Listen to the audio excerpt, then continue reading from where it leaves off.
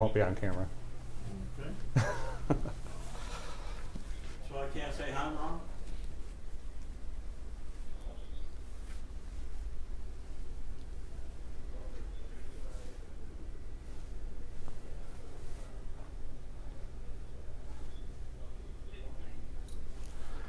Good afternoon, everyone. Dr. Rick Knabb here, live from the National Hurricane Center in Miami, Florida. It's 1:30 p.m.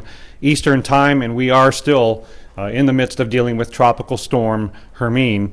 And I wanted to talk about communications. And we're going to head out to the forecast floor in a little bit, talk to the hurricane specialist on duty today. But before that, I wanted to share with you what some of you probably already know since you're connecting with us here via Periscope. But we are very active on social media, and this is the first hurricane landfall that we've really had full-blown social media being the fabric of our society. And we have, for example, a presence on Facebook where we have, thank you to all of you, 524,000 of you following us on Facebook, and we also have a presence on Twitter, Periscope, and YouTube, and we are now publishing blog articles once in a while on our National Hurricane Center blog called Inside the Eye. So lots of ways for us to interact with one another, and we're looking forward to the Q&A on various social media platforms when we have the time to do so. Right now, of course, we're mostly focused on getting out the operational message.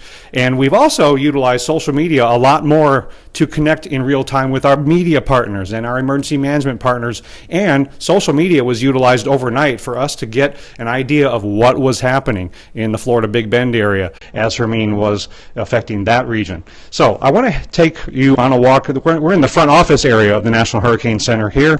And of course, the local forecast office in South Florida is on this side of the building and back down to the right there. But what we're going to do is walk into our media seminar room where we do a lot of different things. This room is busy many different days of the year. Of course, right now we're not in an active media pool availability. We were this morning, but sometimes this room can fill up with a number of different local and national media partners, especially when it's a South Florida threat and they bring their local equipment and personnel here. But this morning, we didn't have to fill up this room with people and equipment. And I want to show you why. We have this media pool, and again, it's called that because it's a pooling of resources by networks and stations to allow us to communicate with them through single connections. We just basically change the channel to talk to the different outlets. And what we have here is where the pool producer operates and connects to the different stations and networks and communicates with them by telephone. And this allows us to use satellite communications. And then what I do is I put on one microphone, one IFB, the earpiece, and then I stand behind the desk here, and then the pool producers are on the phone coordinating with the producers at the various stations and networks, and we have one cameraman, and then they light us up, and we stand behind our media desk, and I don't have to move to switch from one station or network to the next, and we usually have some idea of what's coming during the upcoming hour in terms of what network or station we're going to be talking to. So if I know, for example, this morning I was about to talk to the Raleigh, North Carolina station, then I get my graphics ready to focus in on that particular area, maybe talk to the hurricane specialist about what observations they're seeing in that particular region. So being adjacent to the operations floor really enables me, while I'm on television, to stay current with what's going on. I can't just do all the talking. I got to listen once in a while so I keep up to date on what's going on. So what's pretty cool about this is we can get a close-up look at this equipment because the producers aren't here to tell us not to touch it. But they were here this morning, and they're going to be here tomorrow morning as well as we do another media availability between 7 and 9 a.m. Eastern Time. Now, I don't handle all of the logistics to make our communications go. The person who does that is holding the camera right now. So I'm going to have Dennis Feltgen, our public affairs officer here at the National Hurricane Center, hand the camera off to somebody else and get on this side of the camera, which you're no stranger to doing. Dennis used to be in television, and now you've been the communications guru here at the National Hurricane Center for how many years? This is my 10th season here. I can't believe it's been that long, but it really helps having done television for so many years because I know the needs of what's going on with the assignment desk and all the TV meteorologists and all the producers, and I know what's available here, so the job is to mesh those together so that everybody there gets what they need.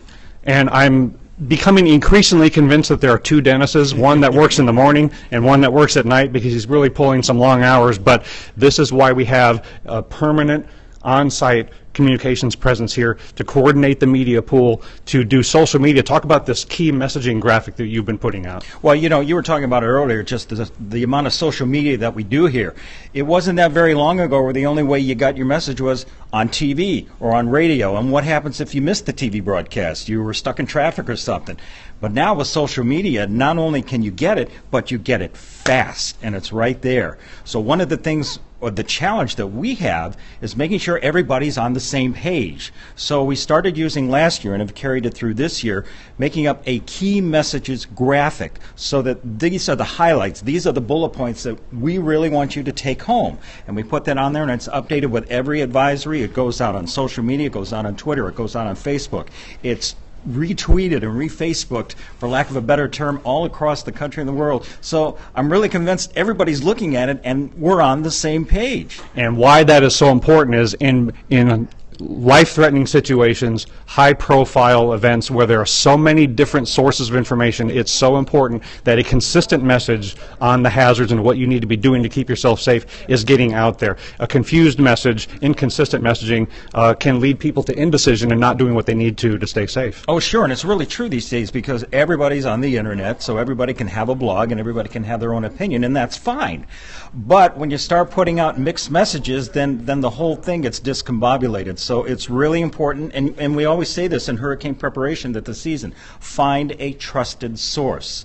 Well, let's face it, we're the source here. This is where it's coming from, and we work so closely with our media partners who take our message and get it out to everybody else. Yeah, and thank you again to our mass media partners, the television folks, the radio folks, and mass media is becoming multidimensional now, and they're on social media, and they're getting the word out in so many different ways, but the partnership that we maintain throughout the year with those folks is realizing its benefits during an event like this. Absolutely. But Dennis, thanks for everything you do to keep us getting the message out in a consistent way, and for holding the camera. And no problem. It's what I do. Yeah, I'm not sure if Dennis likes more being in front of the camera or behind the camera, but you've been very good at both, and thanks for everything you do. So it's so much more than the meteorology here. By the way, you're a meteorologist too, so that helps. Yeah. But it's so much more than the meteorology, so much about the communications, and we continue to embrace more and more communications avenues.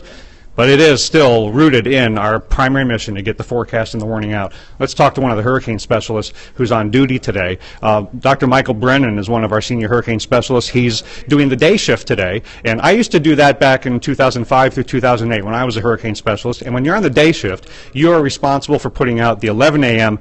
and the 5 p.m. advisory. So we're going to talk to Mike here, and he's heading into the next forecast cycle. But as we head toward 2 p.m. Eastern Time, Mike is putting out the intermediate public advisory. So Mike and I got in here about 6 o'clock this morning, but our day's only about half done. Mike, we're talking to the Periscope audience about what it's like to sit in the hot seat, and not only about how to put the forecast together, but how do you construct the product. So it's about meteorology and communication. Right, yeah, it's so I'm sitting here, I'm looking at the meteorology, we're looking at the tracking your mean across as it moves out from Georgia into South Carolina today, monitoring all the observations, working with the local weather forecast offices to determine what the watches and warnings need to be, when we can start to lower warnings here in Florida and expanding warnings northward. So looking at all the model data, the latest forecasts are coming in to get ready to put together the afternoon package. And then, in addition to that, we're composing all the text products, trying to put a consistent message together that then form the basis for all the messaging that Rick and Dennis and everyone else can do here to get our message out to the media and the general public and all our other partners. I want to show folks the hurricane hotline. This is right over here, and Mike, you can describe what the purpose of the hotline is and what we do and when we do it. Sure. The hotline allows us to talk very quickly to all of the coastal National Weather Service offices along the Gulf and Atlantic coast, and we have a scheduled conference call an hour before each advisory goes out, and that's where we talk about the forecast, we coordinate all the watches and warnings, and the hazard statements for storm surge and rainfall and tornadoes and wind that go into our advisory products. And it's really a fast communications method that lets us really talk to them instantly if we need to, and anytime we need to break in and discuss something with them very quickly, we can do so that way. And one of the software and data tools that we utilize is called ATCF, and that stands for Automated Tropical Cyclone Forecast System, and I can assure you that the A for automated really isn't automated. That's why Mike is here. And Mike not only, like the other hurricane specialist, handles using the ATCF to put our forecast products together, but Mike is also on a technical angle very adept at helping us maintain that ATCF system and make improvements to it. And you summarize what the ATCF is and what you do in it that's very unique and not the same kind of systems we use at the WFOs. Yeah, the ATCF is sort of two or three different systems in one. It's a database tool that lets us collect all the model data and all the fixed data for tropical cyclones through their entire life cycle. So you can see all these little dots here on the screen are estimates of the center location of Hermine through its life cycle before it even became a tropical cyclone, and then through the Gulf of Mexico. The colored lines you see here are the model forecasts from this morning's cycle that I was actually using to help make the track forecast. This is also where we prepare the advisory products, and we make the forecast by physically clicking and manipulating this piece of software, and then that's what creates the tropical cyclone forecast advisory, the public advisory, and then we type all that up and it's transmitted from here.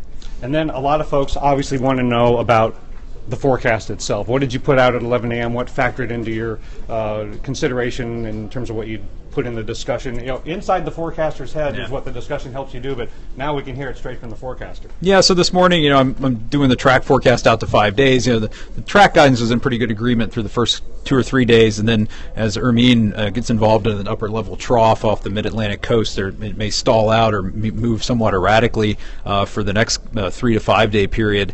We were looking at some of the global model guidance you see here, like from the GFS or the European Center model, showing the storm re-intensifying here off the mid-Atlantic coast. So we actually increased the intensity forecast based on what we were seeing here, and also making our forecast of the structure of the storm and how that's going to evolve, and that affects the placement of the watches and warnings.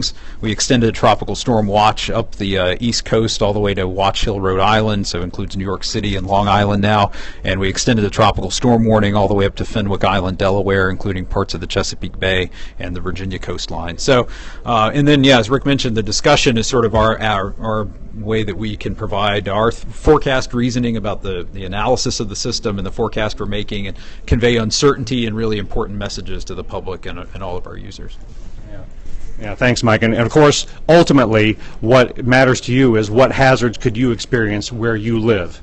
And if you're an emergency manager, you know, what sorts of decisions do you need to make? If you are in the media, what do you need to be communicating to the people that are listening to you? So another thing that is coordinated on the hotline call as a result of what the forecast and the confidence in it is what are the hazards going to be mentioned in our advisories: the storm surge, the inland flooding due to rainfall, the winds, and the tornado threat. We coordinate that with all the different centers and offices around the country. So focus on the hazards. That's what we're doing with our products that are the result of all of this forecasting and all of our communications. So keep up to date with what's going on at hurricanes.gov and at the webpage of your local National Weather Service forecast office. Talk to you again soon.